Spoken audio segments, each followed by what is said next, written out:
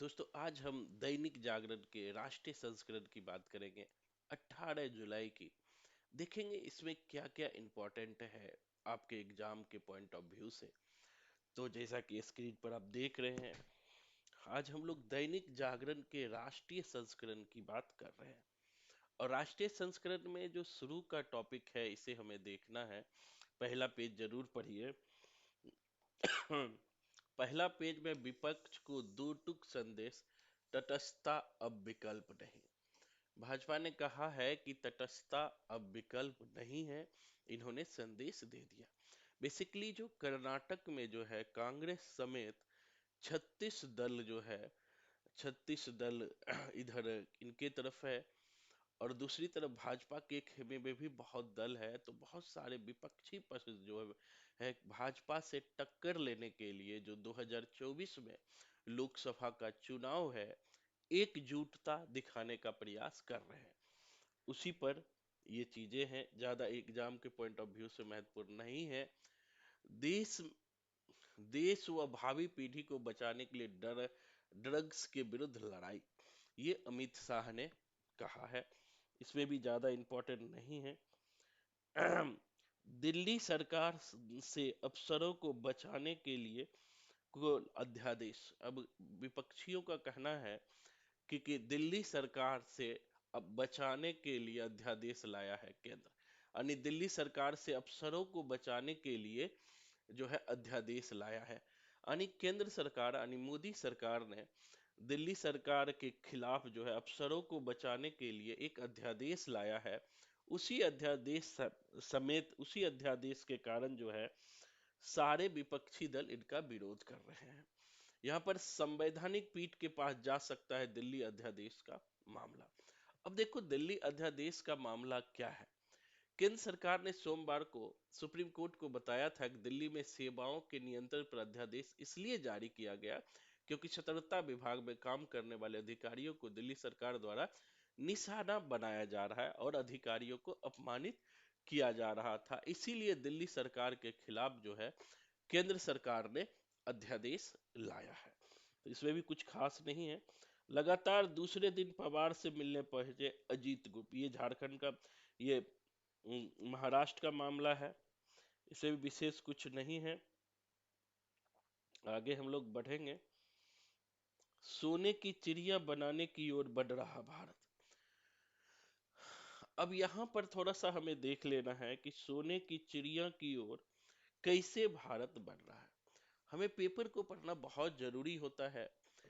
अब कहता है वैश्विक अर्थव्यवस्था में भारत की जो हिस्सेदारी है वो चौथी हिस्सेदारी है, ये ध्यान रखना। कहता है विभिन्न अध्ययनों में ब्रिटिश शासन से पहले भारत की अर्थव्यवस्था का आकलन किया गया है। कैम्ब्रिज यूनिवर्सिटी के और honorary fellow professor Angus medicine ने अपने अध्ययन में कहा है कि 11वीं से 7वीं सदी तक वैश्विक अर्थव्यवस्था में भारत की हिस्सेदारी 25% के आसपास बनी रही थी। इस मामले में भारत पूर्वी यूरोपीय देशों की कुल अर्थव्यवस्था से भी आगे है। अंग्रेजों के शासन में यह हिस्सेदारी तेजी से गिरी। 1950 में वैश्विक हिस्सेदारी में भारत का मात्र 3% योगदान रह गया था। यानी कि एक रिसर्च में आया था कि 11वीं से 17वीं सदी तक, जैसा कि स्क्रीन पर आप देख रहे हैं, भारत की जो वैश्विक अर्थव्यवस्था में हिस्सेदारी थी वो लगभग 25% थी। लेकिन जब से भारत में अंग्रेजों ने शासन किया तो वो हिस्सेदारी 1950 तक आते आते गिर करके 3% रह गई थी। अब यहां पर कहता है कि मौजूदा विकास दर के जरिए देश देश इस सदी के अंत तक वैश्विक स्तर पर मुकाम हासिल कर सकता है। अंग्रेजों के आने से पहले उसे हासिल था जो, यह बात आरबीआई ने सोमवार को जारी अपनी मासिक रिपोर्ट में कहा है। केंद्रीय बैंक पहले भी भारत की अर्थव्यवस्था की प्रगति को लेकर बड़े अनुमान लगाए हैं। ऐसा आशावादी रुख पहली बार दिखा है। हाल ही में अमेरिका के एक विख्यात इन्वेस्टमेंट बैंकिंग कंपनी गोल्ड्समैन, याद रखिएगा, गोल्ड्समैन ने कहा था कि भारत 2075 तक दुनिया की दूसरी सबसे बड़ी इकोनॉमी बनेगी। ये वीवीआई एग्जाम के दृष्टिकोण से भी है। किसने कहा? गोल्डमैन सैक्स। इन्वेस्टमेंट बैंकिंग कंपनी है गोल्डमैन सैस, इन्होंने कहा कि 2075 तक जो है भारत विश्व की सबसे बड़ी इकोनॉमी बन जाएगी। और ये भी बताया कि हमने और भी बहुत सारी बातें हैं। हिस्सेदारी 17% है जो 2023 तक 25% बढ़ जाए। जीडीपी में मैन्युफैक्चरिंग में भारत की हिस्सेदारी अभी 17% है। 2030 तक जो है यह 25% तक बढ़ जाएगा। तो ये न्यूज हमारे लिए महत्वपूर्ण है, आप लोग याद रखिएगा। यमुना का जल स्तर बढ़ने लगा है, बढ़ा फिर। और कोई इंपॉर्टेंट यहाँ पर न्यूज नहीं है। डीयू में प्रवेश का दूसरा चरण 24 जुलाई तक 1 अगस्त तक जारी होगा सूची। कुतुब मीनार परिसर में पूजा की अनुमति से ड्रेन टू स्टेन के अधिक मामले, कानून का होगा उल्लंघन। कुतुब मीनार में अगर पूजा की अनुमति दे दिया तो कानून का होगा उल्लंघन, जैसा कि स्क्रीन पर आप देख रहे हैं, ज्यादा इंपॉर्टेंट नहीं है। रेपिड एक्स कॉरिडोर के दिल्ली खंड में शुरू हुआ ट्रैक बिछाने का कार्य। यहाँ जो रैपिड एक्स कॉरिडोर के, अब रैपिड एक्स कॉरिडोर कहाँ बनाया जा रहा है? रैपिड एक्स कॉरिडोर तो वो दिल्ली में बनाया जा रहा है। ध्यान रखना क्या है, दिल्ली गाजियाबाद मेरठ RITS कॉरिडोर को दिल्ली खंड के भूमिगत स्टेशनों में ट्रैक बिछाने की अनुमति मिल गई है। तो ये जो है दिल्ली में भी ट्रैक बिछाने की अनुमति मिल गई है, तो इसे हमें याद रखना है, ज्यादा कुछ नहीं है यहाँ पे, आगे बढ़ जाना है।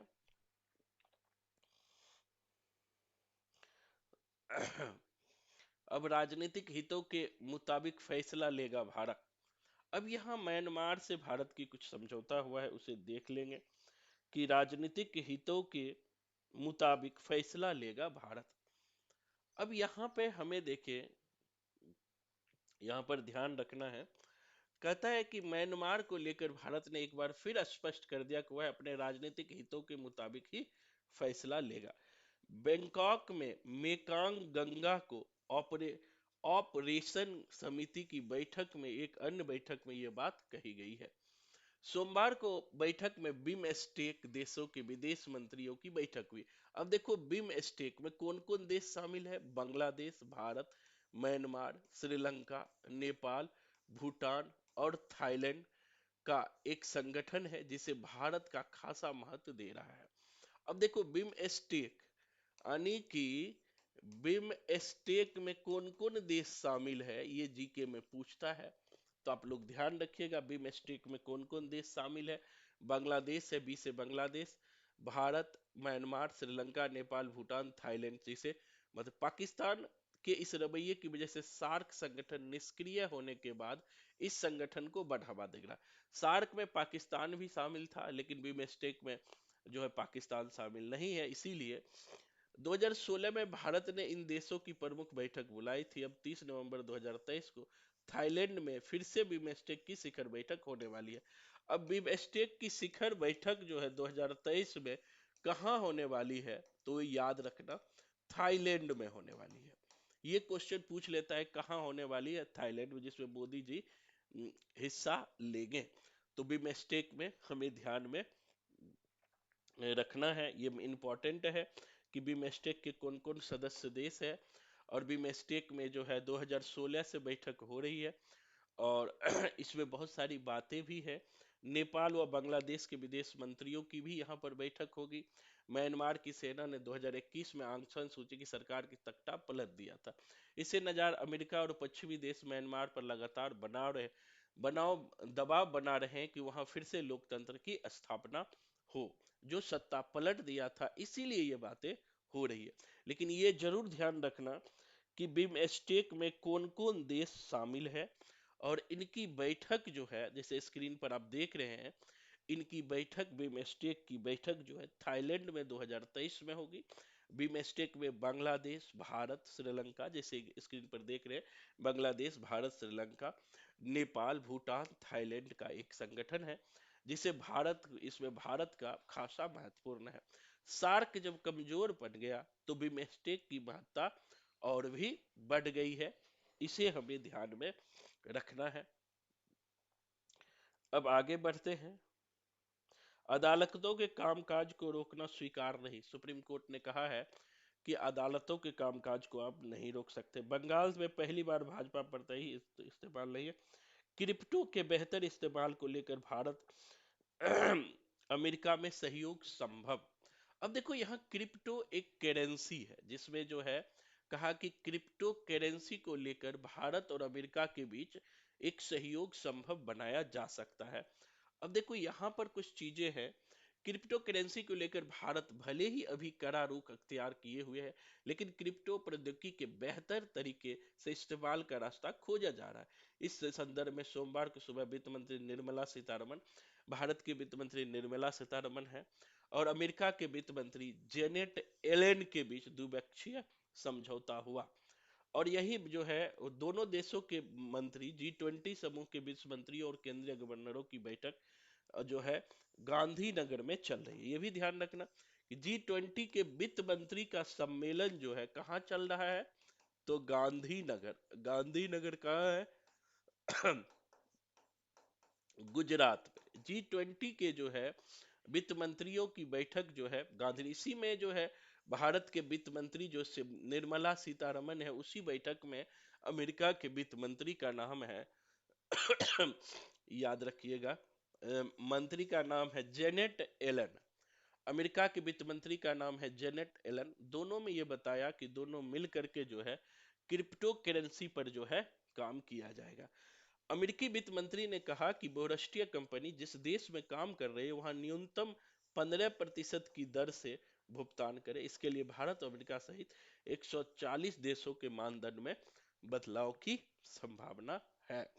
तो ये चीज हमें ध्यान रखना है। आगे बढ़ेंगे हम लोग। सभी विषयों में घुलेगी भारतीय ज्ञान का विकास। विश्वविद्यालय ग्रांट कमीशन, इसको हमें पढ़ना बहुत जरूरी है। विश्वविद्यालय ग्रांट कमीशन, अब जो यूजीसी है, यूनिवर्सिटी ग्रांट कमीशन है, नेट की तैयारी के लिए भी महत्वपूर्ण है पॉइंट। कहता है कि स्कूल से लेकर उच्च शिक्षण संस्थान प्रत्येक विषय में भारतीय ज्ञान परंपरा से जुड़े उदाहरण होंगे शामिल। शिक्षकों को भी प्रशिक्षण मिलेगा। यूजीसी से मांगे गए नाम, यानी देश की नई पीढ़ी भारतीय ज्ञान से जुड़े उन सभी पहलुओं से परिचित होगी जिन्हें प्राचीन व पिछड़ा हुआ मानकर भुला दिया जाता था। इस दिशा में स्कूल से लेकर उच्च शिक्षा तक बड़ी पहल की गई है। तो ये हमें ध्यान में रखना है कि मतलब कि इसमें प्राचीन शिक्षा, भारत के जो प्राचीन शिक्षा व्यवस्था है, प्राचीन शिक्षा नहीं दिया जाता था, अब प्राचीन शिक्षा भी दिया जाएगा। यानी यूजीसी अनुदान आयोग ने अहम पहल की है। उसने भारतीय ज्ञान परंपरा पर आधारित एक पाठ्यक्रम भी डिजाइन किया है। इसमें महाभारत काल में कृषि और सिंचाई जैसी अर्थव्यवस्था, जो महाभारत काल की जो कृषि और सिंचाई जैसी अर्थव्यवस्था है, उस पर भी ध्यान केंद्रित किया जाएगा। साथ ही मोतियाबिंद रामायण काल में कृषि और सिंचाई के तकनीक को बताया जाएगा। साथ ही भारतीय शिक्षा को नई ऊंचाई पर ले जाने के लिए चरक, सुश्रुत, आर्यभट्ट, बराहमिहिर, भास्कर, ब्रह्मगुप्त, चाणक्य, पाणिनि, पतंजलि, मैत्रेय, गौड़गी जैसे विद्वानों की जो ज्ञान था, उस ज्ञान की भी बातें यहाँ पर की जाएगी। इसलिए महत्वपूर्ण है ये कि यूजीसी ने ये पहल की है। इसमें चरक, सुश्रुत, आर्यभट्ट, बराहमिहिर, भास्कराचार्य, ब्रह्मगुप्त, चाणक्य, पाणिनि, मैत्रेय ये भी शामिल होंगे। तो ये यहाँ पर महत्वपूर्ण है, इनको हमें ध्यान में रखना। और साथ ही कहता है कि जो यहाँ यूजीसी ने एक पहल किया है, कि ये पहल है कि जो प्राचीन शिक्षा व्यवस्था है उनकी क्या विशेषता है, उनमें क्या क्या चीजें हैं, उन प्राचीन शिक्षा व्यवस्था को भी आम लोगों से जोड़ा जाए और उसके लिए ये काम किया जाए। एक है अंडमान निकोबार के पोर्ट ब्लेयर में वीर सावरकर अंतर्राष्ट्रीय हवाई अड्डा को स्वीकृति।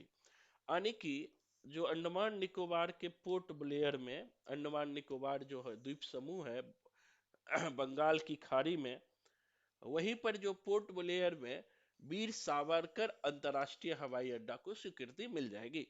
वहां पर वीर सावरकर हवाई अड्डा बनाया जा रहा है, याद रखना।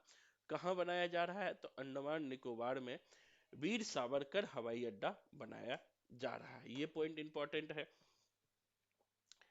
नेक्स्ट है 5 वर्षों में बहियोमी गरीबी से 13.5 करोड़ लोग बाहर। अब देखो, कहता है ये बहुत इंपॉर्टेंट है कि प्रधानमंत्री मोदी यहाँ न्यूज है, याद रखिएगा, बहुत इंपॉर्टेंट न्यूज है। नीति आयोग नीति आयोग ने कहा है कि पिछले 5 वर्षों में गरीबी रेखा से 13.5 करोड़ लोग बाहर हुए हैं। तो यहाँ कुछ देख लीजिएगा न्यूज। कहता है प्रधानमंत्री मोदी के शासनकाल में 2015 से 16, 19-20 के बीच लगभग 13.5 करोड़ लोग बहुआयामी गरीबी के पास से बाहर निकले। यह जो है यह 12 मानकों के आधार पर बनाया गया है।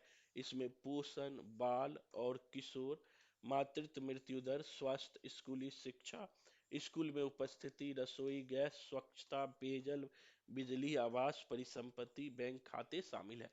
यानी कि ये जो रिपोर्ट बनाया है वो 12 मानकों के आधार पर बनाया है। तो इसे हमें ध्यान में रखना है कि 13.5 करोड़ लोग बाहर हुए हैं, तो उसे हमें याद रखना है। साथ ही कहा है कि 2015-16 में ये 24.85% भारतीय लोग गरीबी के दायरे में थे, 24 लगभग 25%। और 19-20 में यह संख्या लगभग 14.96, 15% रह गए। यानी भारत जो गरीबी रेखा के नीचे पहले 25% था, 19-20 में 14% रह गया है। तो ये ध्यान में रखना है। 2015-16 में ग्रामीण इलाकों में यह 32% था, और यह ग्रामीण इलाकों में 19% रह गया। इनको याद रखिएगा। शहरी क्षेत्र में पहले 25% था 15-16 में, अब 19-20 में 14% रह गया। और वही चीज जो है 15-16 में जो ग्रामीण क्षेत्रों में 32% था, वो अब मात्र 19% रह गया है। मतलब ये है कि यह संख्या जो घटकर 8.65 लोग ही गरीब रहे हैं। अब देखो कि ये प्रतिशत के हिसाब से देखे 5 सालों में कितने प्रतिशत गरीबी घटी। तो आपको पता है, ये डाटा जरूर याद रखिएगा। यहां से हर एग्जाम के एक क्वेश्चन बन जाते हैं। तो सबसे ज्यादा गरीब राज्य कौन है? बिहार, जिसमें 51.89% लोग गरीब था, लेकिन घट करके अब 33% हो गया 5 साल में। सेकेंड उत्तर प्रदेश है 37 से 22%, झारखंड 42% से 28%, मध्य प्रदेश 36 से 20, उत्तराखंड 17 से 9, पंजाब 5 से 4, हरियाणा 11 से 7। तो ये हमें ध्यान में रखना है। ये जो गरीबी रेखा जो है सबसे ज्यादा, याद रखिएगा, बिहार में है।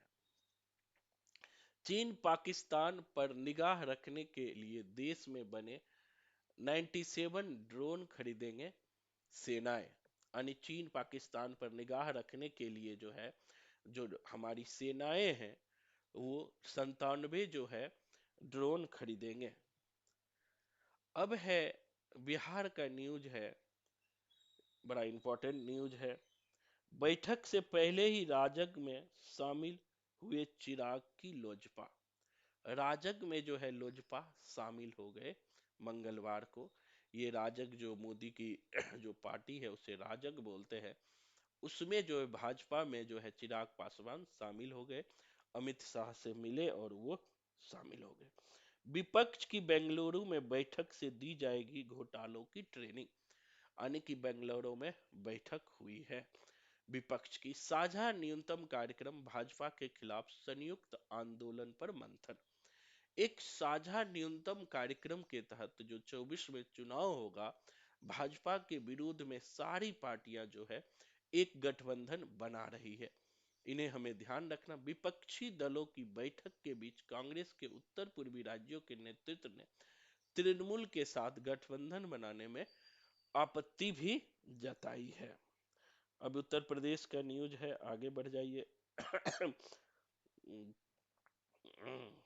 हिमाचल प्रदेश और उत्तराखंड में 3 दिन के 3 दिन के लिए जारी किया गया भारी वर्षा अलर्ट। यानी हिमाचल प्रदेश और उत्तराखंड में आगे 3 दिन और भी वर्षा हो सकती है। नगर आयुक्त हूं, नाली भी साफ कर लूंगी, कहकर पकड़ लिया फावड़ा। ये दिल्ली का न्यूज है। मियां टिप्पणी मामले में हेमंत के खिलाफ पुलिस शिकायत दर्ज।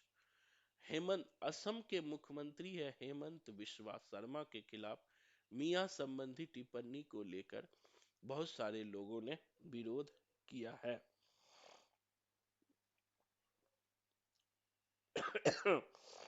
स्थानीय न्यूज पढ़ने की जरूरत नहीं है, इसे इंपॉर्टेंट नहीं है। सॉरी। एक न्यूज है मंगल ग्रह को लेकर। पृथ्वी की अगली कक्षा में पहुंचा मंगल ग्रह। अब देखो यहाँ का न्यूज बहुत ही महत्वपूर्ण है। इस न्यूज को हमें देखना है कि मंगल ग्रह की कक्षा में जो है पहुंच गया है, इसको थोड़ा पढ़ना है। कहता है चंद्रयान की में 3 मॉड्यूल्स है, याद रखना। VVI है ये, अगर आप देख रहे हो तो 3 मॉड्यूल्स है। एक प्रोपल्सन है, एक लैंडर है, और तीसरा रोवर है। कहता है प्रोपल्सल मॉड्यूल्स में spectro polarimetry of habitable planet earth SHAPE payload है। यह चांद की कक्षा में पृथ्वी का अध्ययन करेगा। कौन? प्रोपल्सन मॉड्यूल में जो पहला है उसमें स्पेक्ट्रो, ये क्वेश्चन पूछ सकता है प्रोपल्सन मॉड्यूल में क्या है, तो spectro polarimetry of habitable planet earth SHAPE है, यह चांद की कक्षा। और लैंडर्स में चांद की सतह व वातावरण के अध्ययन के लिए 3 पेलोड है।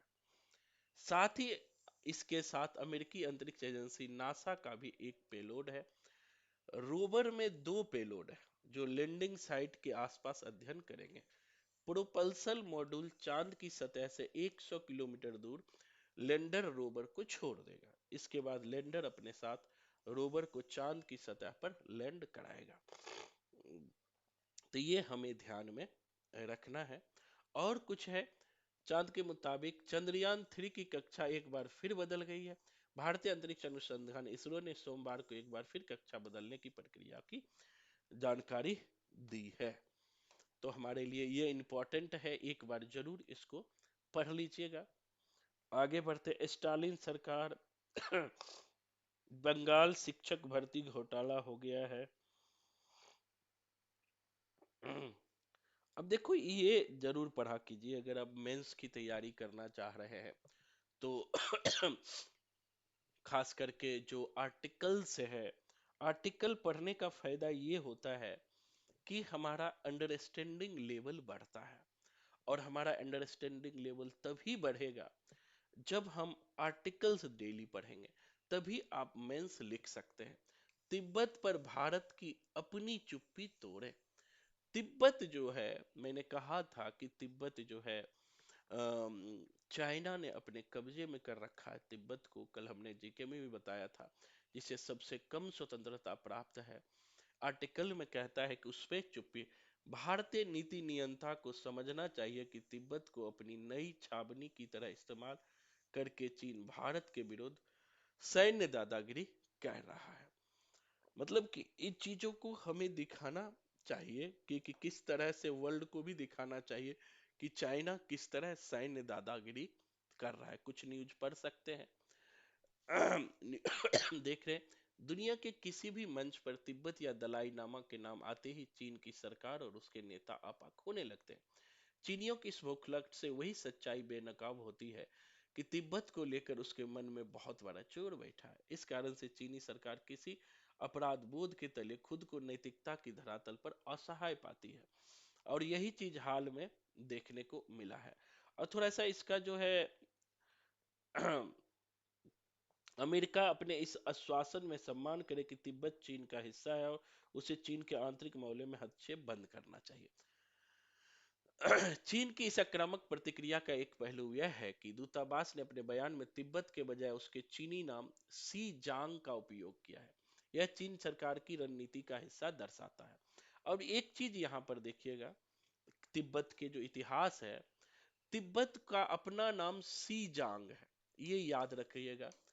तिब्बत का ही नाम है, पूछ भी सकता है, सी जांग इंपॉर्टेंट है। और कहता है जैसा चीन ने 1949 में पूर्वी तुर्किस्तान पर कब्जा करने के लिए चीनी नाम सिनजियांग का इस्तेमाल किया था, उन्होंने पूर्वी तुर्किस्तान पर 49 में जो है कब्जा कर लिया, उसका नाम सिनजियांग रखा था। चीन उसी नीति का परिणाम है कि धीरे धीरे विश्व समुदाय भूल चुका है।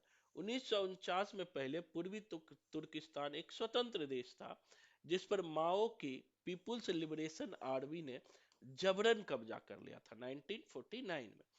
इसके एक साल बाद ही चीन ने विश्व समुदाय को देखते देखते एक स्वतंत्र पड़ोसी देश तिब्बत पर भी 50 में कब्जा कर लिया। उजेरा जेया और दलाई लामा की ताजा भेंट पर भारत चीन प्रतिक्रिया हुई है। चीन के रास्ते अरबों डॉलर कमाने को ललायित अमेरिका अंतरराष्ट्रीय कंपनी चीन समर्थक गुटों के लॉबी में दबाव में आकर बहुत सारी बातें कह रहे हैं, तो ये भी ध्यान रखना है। तो यहाँ पर ये पूरे आर्टिकल्स को एक बार जरूर पढ़िए, जिससे कि आपको इंटरनेशनल जो है समझ विकसित होगा, क्योंकि जब तक इंटरनेशनल समझ विकसित नहीं होगा तो सम अब कहता है गंभीर खतरों का सामना करता हिमालय।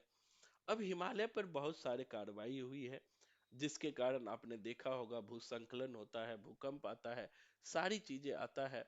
इसीलिए जो है गंभीर खतरों का सामना हिमालय कर रहा है, जिससे जो है इस पर एक हानिकारक प्रभाव पड़ सकता है।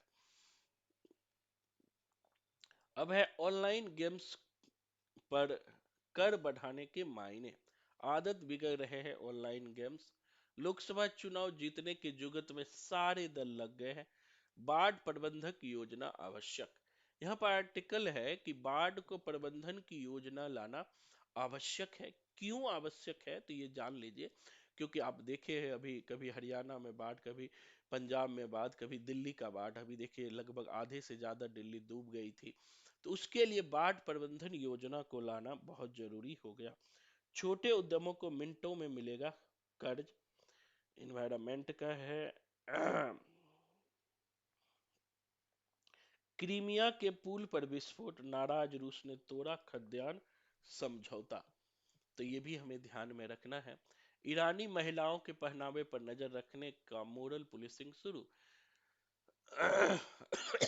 एक न्यूज ये इंपॉर्टेंट है, याद रखिएगा कि वैश्विक तापमान को लेकर के, इन्वायरमेंट का न्यूज है, वैश्विक तापमान को लेकर के अमेरिका व चीन के बीच बैठक हुई है। बढ़ते वैश्विक तापमान के बीच अमेरिका और चीन के जलवायु दूतों ने सोमवार को बैठक की। अब यहाँ दुबई में होने वाली संयुक्त राष्ट्र प्रायोजित जलवायु वार्ता शुरू होने से पहले बैठक हुई है। केरी ने चीन के मीथेन उत्सर्जन और जीवाश्म ईंधन के दुष्प्रभाव पर भी आगाह किया है। तो इनको थोड़ा देख लेना इधर। मोदी की यात्रा के बाद अमेरिका ने भारत को 150 पुराब सेट लौटाए। तो ये इंटरनेशनल न्यूज थोड़ा सा जरूर पढ़िए। संयुक्त राष्ट्र में हिंदी को बढ़ावा देने के लिए भारत ने दिए $10 लाख। यूएनओ में हिंदी को बढ़ावा देने के लिए भारत ने $10 लाख दिए हैं। तो ये हमें ध्यान रखना। भारत यात्रा से पहले तमिलों से वार्ता करेगी श्रीलंका के राष्ट्रपति। तो हमें ध्यान में रखना है श्रीलंका के राष्ट्रपति कौन है। तो श्रीलंका के राष्ट्रपति है रानिल विक्रमसिंघे। तो ये हमें ध्यान रखना है कि श्रीलंका के राष्ट्रपति कौन है, क्योंकि श्रीलंका में अभी जो है बहुत रानिल विक्रम सिंघे है। रानिल विक्रम सिंघे जो है तमिलों से भी बात करेंगे लिट्टे मुद्दे को लेकर के। तो ये रानिल विक्रम सिंघे को लेना है। उत्तर पूर्वी तमिल क्षेत्रीय संगठन है विक्रम सिंघे भारत से समर्थित 13वें संशोधन को पूरी तरह लागू करने पर विचार कर रहा है। और अभी आप लोग जानते हैं कि श्रीलंका में एक आपात स्थिति आई थी, जो है मुद्रा का भाव बहुत ही गिर गया था, 700-800 रुपया लीटर जो है दूध पहुंच गया था। तो इसलिए अब जो है रानिल विक्रमसिंहे बहुत सारे परिवर्तन की बात कर रहे हैं। अमेरिका में तूफान और वर्षा की वजह से 150 उड़ान बंद कर दिया गया। टेनिस का नया अलराज, ये जरूर ध्यान रखिएगा, क्वेश्चन पूछेगा। जैसे कि हमने महिला में कहा था, पुरुषों का सिंगल्स जो है बहुत इंपॉर्टेंट है ये। टेनिस के पुरुषों का सिंगल्स वर्ग में Roger Federer, Rafael Nadal, Andy Murray, Novak जोकोविच, ये सब नाम याद रखिएगा। कभी कभी ये भी पूछ लेता है टेनिस से संबंधित कौन खिलाड़ी नहीं है, तो चाहे रोजर फेडरल हो, नडाल हो, एंडी मोरिक हो, जोकोविच हो, सब टेनिस से है। और इसमें मात्र जो है सब फीके रहे। और स्पेन के 20 वर्षीय कार्लोस अल्कराज ने रविवार को 23वें बार के ग्रैंड स्लैम का जोकोविच को हराकर जीत लिया। नाम याद रखना, कहां का है? स्पेन का। और स्पेन का क्या नाम है? Alcaraz, Carlos, Carlos Alcaraz. इन्होंने टेनिस का विंबलडन पुरुषों के खिताब को इन्होंने जीत लिया है। तो ये याद रखना, किसने जीता? अलकराज ने। जो ये पूछता है, बहुत कम एज का है, 20 वर्ष का ही है अलकराज, जिन्होंने ये विंबलडन को जीत लिया है। कहां का है? तो ये भी याद रखना, ये स्पेन का अलकराज है, जिन्होंने विंबलडन को जीत लिया। इंटर मियामी के साथ।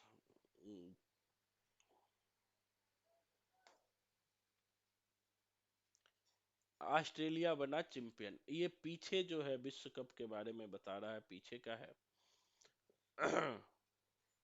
100 से अधिक जवानों को मारने वाले 4 नक्सलियों ने किया आत्मसमर्पण। राष्ट्रीयता के कारण मां और शिशु को अलग नहीं किया जाना चाहिए। मुंबई हाई कोर्ट ने कहा, किसी को राष्ट्रीयता के आधार पर मां और उनके बच्चे को अलग नहीं किया जा सकता है।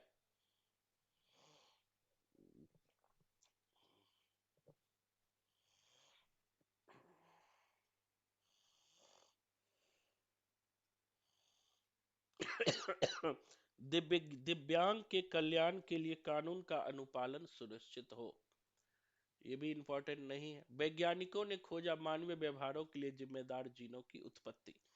ये इन्वायरमेंट का क्वेश्चन है, तो आपको याद रखना है, थोड़ा ये सब पढ़ लेना है जब भी आप पढ़ें, तो इंपॉर्टेंट है।